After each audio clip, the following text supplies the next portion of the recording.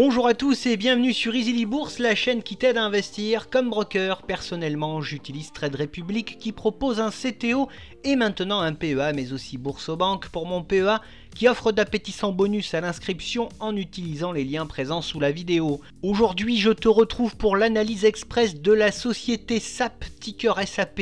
SAP est le leader mondial du développement et de la commercialisation de logiciels intégrés. Cette entreprise allemande, fondée en 1972 par 5 anciens ingénieurs d'IBM, est spécialisée dans le développement de logiciels d'entreprise.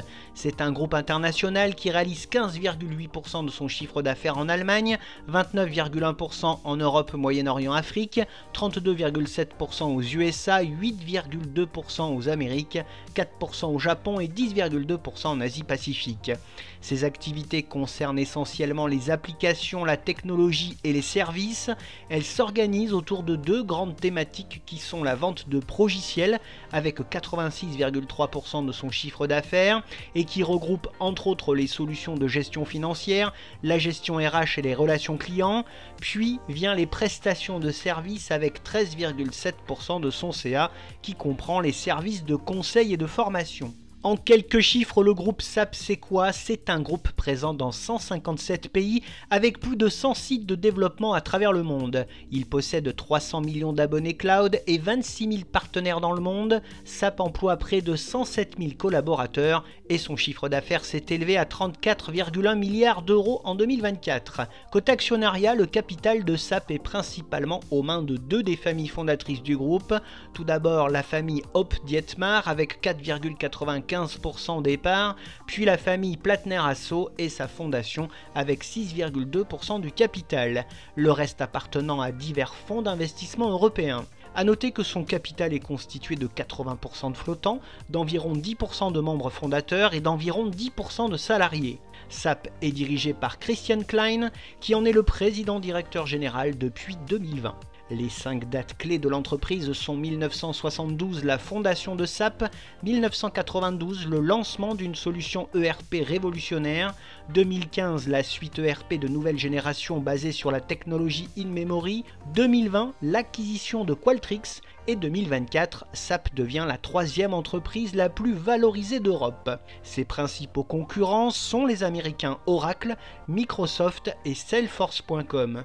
Voyons maintenant ensemble les principaux fondamentaux de cette société. Voici tout d'abord son cours de bourse lors de ces 5 dernières années. Dans une économie allemande en difficulté et une Europe en retard dans la tech, SAP apparaît presque comme une anomalie. Cet éditeur de logiciels professionnels affiche une performance qui détonne. Son ascension, commencée à l'automne 2022, confirme la volonté du groupe à aider les organisations à exploiter la puissance des données, l'automatisation et les technologies intelligentes.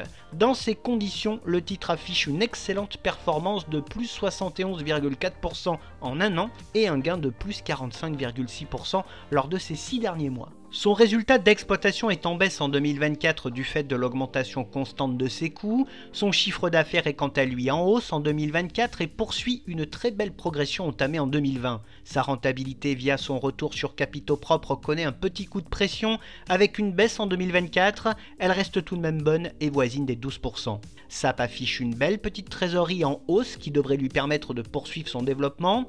Son free cash flow est lui aussi intéressant et très confortable. Il dépasse les 4,1 milliards d'euros en 2024. Son bénéfice net par action chute brutalement en 2024, mais devrait vraisemblablement se reprendre lors des prochains exercices. Sa marge nette décroche pour atterrir autour des 9,1% seulement en attendant de se reprendre peut-être en 2025. Sa marge d'exploitation est elle aussi en baisse et ne dépasse pas les 24% en 2024. Son PER est très élevé et bien supérieur à sa moyenne de ces 10 dernières années. Au prix actuel, le titre semble très fortement valorisé. Concernant sa droite de régression, nous observons que le titre évolue bien au-dessus de sa valeur théorique à plus de 1,5 écart type. En comparant son cours à son indice de référence, l'on constate que le titre surperforme nettement l'indice depuis un an. Le groupe offre une importante redistribution à ses actionnaires, son payout ratio s'est élevé à plus de 80% en 2024. SAP délivre un dividende fiable et croissant à ses actionnaires. Avec un faible rendement de 0,84% au cours actuel, le groupe a reversé 2,20 € par action en 2024. Le groupe réalise quelques programmes de rachat d'actions, dont le dernier fut en 2024. Ces résultats sont jugés globalement conformes malgré une contre-performance au premier trimestre 2024. Ils ont tout de même convaincu les investisseurs et les analystes. SAP évolue dans un secteur très concurrentiel avec des gros poids lourds américains en face de lui. Il se doit d'être innovant en investissant énormément en recherche et développement. La société est très suivie par les analystes qui sont à l'achat sur le titre. L'objectif de cours haut est fixé à 320 €, ce qui me paraît un petit peu trop élevé. Synthétisons tout cela, la santé financière de la société est solide et bien qu'en baisse, sa profitabilité demeure relativement bonne. Sa trésorerie lui confère aussi une importante capacité d'investissement. Toutefois, ses marges sont sous pression et sa valorisation est particulièrement élevée au cours actuel. Passons maintenant aux atouts de cette société du secteur de la tech. SAP est l'un des principaux fournisseurs de logiciels d'entreprise au monde. L'entreprise a réussi sa transition vers des solutions cloud avec des revenus cloud en forte hausse. Le groupe a un portefeuille diversifié avec une large gamme de solutions. Il réalise des investissements constants dans la recherche et développement, notamment dans les domaines de l'IA. SAP est fortement présent sur les marchés internationaux avec une base de clients diversifiée. L'entreprise a su développer un vaste réseau de partenaires et un écosystème robuste. Ces solutions sont reconnues pour leur fiabilité et leurs mesures de sécurité avancées. SAP offre des possibilités de personnalisation élevées afin d'adapter les logiciels aux besoins spécifiques de ses clients. Et enfin, sa communauté d'utilisateurs est dynamique et très active. Côté faiblesse du groupe, elles sont nombreuses. Le marché des logiciels d'entreprise est hautement compétitif avec une forte concurrence. Ces solutions peuvent être complexes à mettre en œuvre et nécessitent des ressources importantes. SAP est très dépendant des marchés européens et américains. Le groupe réalise de très coûteux investissements afin de finaliser sa transition vers le cloud. Il est exposé aux menaces de cybersécurité comme toute entreprise technologique. Le coût de ses logiciels et de leur mise en œuvre est très élevé pour les PME et il a une forte dépendance envers les grandes entreprises qui représentent une grande part de ses revenus. Sa stratégie multiproduit sème la confusion chez ses clients actuels et les clients potentiels. Et enfin, ses coûts augmentent et sa rentabilité diminue. Pour terminer, quelle est donc mon opinion sur ce groupe? SAP est un poids lourd mondial du logiciel d'entreprise, réputé pour ses solutions robustes. Le groupe bénéficie d'une belle santé financière et d'une bonne profitabilité. Il a un avenir prometteur en misant sur l'innovation technologique, l'expansion stratégique et l'adaptation proactive.